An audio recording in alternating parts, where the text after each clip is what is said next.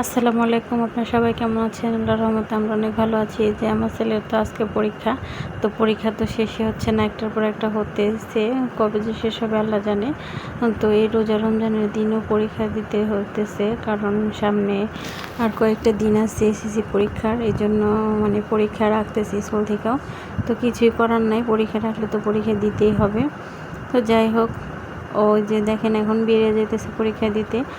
তো জুতা ছিল বেলকুনিতে, তো নিয়ে আসলো, নিয়ে এসে পড়তেছে আর বলতেছে যে যাচ্ছি আম্মু, ঠিক আছে দোয়া করো। বললাম ঠিক আছে, সমস্যা নাই, যাও, আল্লাহ ভরসা, আল্লাহ যা করে ভালোর জন্যই করে, যাও।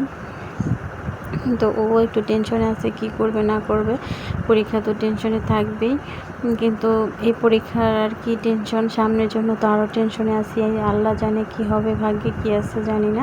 তো ভাগ্যে যা আছে কিছু করার নেই, আলহামদুলিল্লাহ, যা করে কষ্ট করার পর যা করবে ওইটা আলহামদুলিল্লাহ।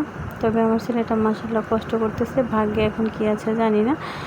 তো এই তো ও চলে গেল। এই পাশে দেখেন আমি এই যে বুড়াকে বসাইছি, দেখি কিছু খাওয়াইতে পারি কিনা। এই পাশে চুলায় মাছ দিয়েছিলাম।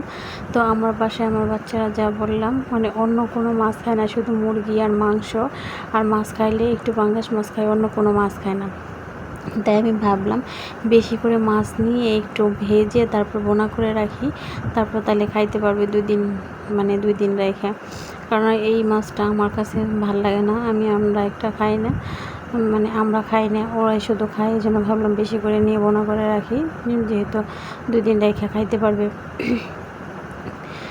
যেহেতু খাই না আমরা, অযথায় মানে প্রতিদিন করাটা কীভাবে করবো, এই জন্য একসাথে বেশি করে নিয়ে ওদের জন্য করে রাখি, ওরা খাবে। তো এই দেখেন এখানে আমি অনেকগুলো মাছ নিয়ে ভুনা করে রাখছি। এপাশে দেখেন ছেলে আনার কীভাবে ভাঙছে, পারে না বাচ্চা মানুষ, এভাবে ভাঙছে, মানে কাটছে, হাত কেটে যাবে কিনা। আমি বললাম ঠিক আছে, আমি কেটে একটু করে দিই। এপাশে দেখেন এই যে আনারগুলো আমি কেটে তারপরে করতেছি। তো মাশাআল্লাহ দেখতে কিন্তু আনারটা অনেক টকটকে লাল, তো মিষ্টিও ছিল ভালোই। এই পাশেও লিখতেছে, খাতার উপরে এরকম করে খাচ্ছে আর লিখতেছে। আমি বললাম ঠিক আছে, আমি একটা প্লেটের মধ্যেই করে দিই। এপাশে দেখেন ওইটা খাওয়ার পর আবার মানে ও তো নাস্তা খায়নি, এই জন্য ভাবলাম নাস্তাটা খাওয়াই দিই। কিন্তু যা করছি, মানে ভাজিটা যে যা ছিল ওইটা দিয়েও খাবে না, এই জন্য ভাবলাম কী দিয়ে খাবে। তো ভাবতেছে, ও বলতেছে মিষ্টি দিয়ে খাবে। তো মিষ্টিটা আমার ছেলের আবার খুব পছন্দ, এই জন্য ভাবলাম তাহলে মিষ্টি দিয়ে খাইয়ে দিই।